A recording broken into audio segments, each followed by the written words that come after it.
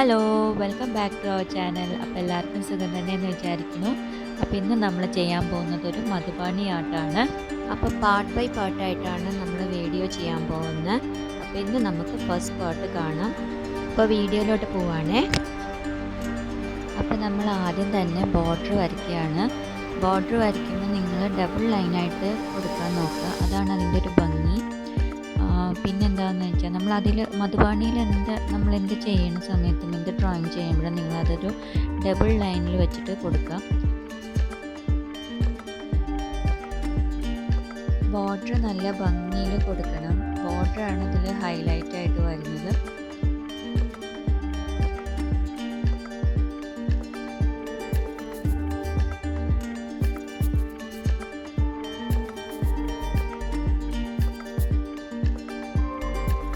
അപ്പോൾ ഇന്ന് മധുബാണി ആർട്ടിൽ ഞാൻ ചെയ്യാൻ പോകുന്നത് ഒരു എലിഫൻറ്റ്, അതുപോലെ തന്നെ ഒരു ഗ്രാസ്, പിന്നെ ഒരു ട്രീ. ഇതാണ് ഞാൻ വരയ്ക്കാൻ പോകുന്നത്. അപ്പോൾ എലിഫൻറ്റിനൊന്നും മധുബാണി ആർട്ടിൽ നമ്മൾ ഒരു പെർഫെക്റ്റ് ഷേപ്പ് ഒന്നും ഉണ്ടാവില്ല.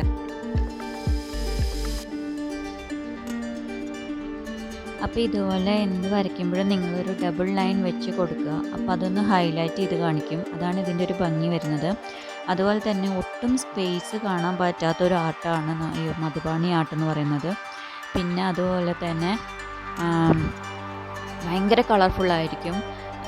ഏത് കളർ വേണമെങ്കിലും നിങ്ങൾക്ക് യൂസ് ചെയ്യാൻ പറ്റും. അങ്ങനെ ഇന്ന കളർ യൂസ് ചെയ്യണം എന്നോ അങ്ങനെയൊന്നുമില്ല. നിങ്ങളുടെ ഒരു ഐഡിയയ്ക്ക് അനുസരിച്ചും അതുപോലെ തന്നെ നിങ്ങൾക്ക് കാണാൻ ഭംഗി എന്നുള്ള ഒരു രീതിയിൽ നിങ്ങൾ ഏത് കളർ വേണമെങ്കിലും നിങ്ങൾക്ക് യൂസ് ചെയ്യാൻ പറ്റും.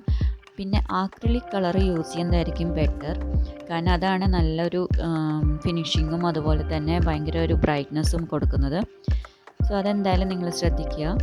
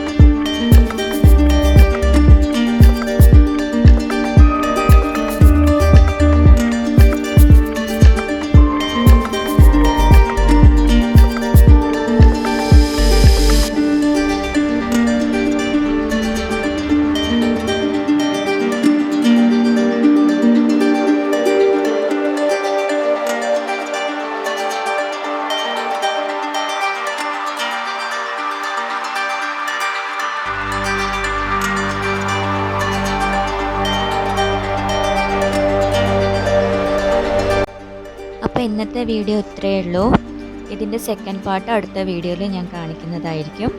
എല്ലാവർക്കും ഇഷ്ടപ്പെട്ടു എന്ന് വിചാരിക്കുന്നു. ഇഷ്ടപ്പെട്ടാൽ ലൈക്ക് ചെയ്യുക, ഷെയർ ചെയ്യുക, സബ്സ്ക്രൈബ് ചെയ്യുക. നിങ്ങളുടെ എല്ലാവരുടെയും സപ്പോർട്ട് ഉണ്ടെങ്കിലേ നമുക്ക് മുന്നോട്ട് പോകാൻ പറ്റുള്ളൂ. അപ്പോൾ ബൈ ബൈ കുട്ടീസ്. See on next video. Tata.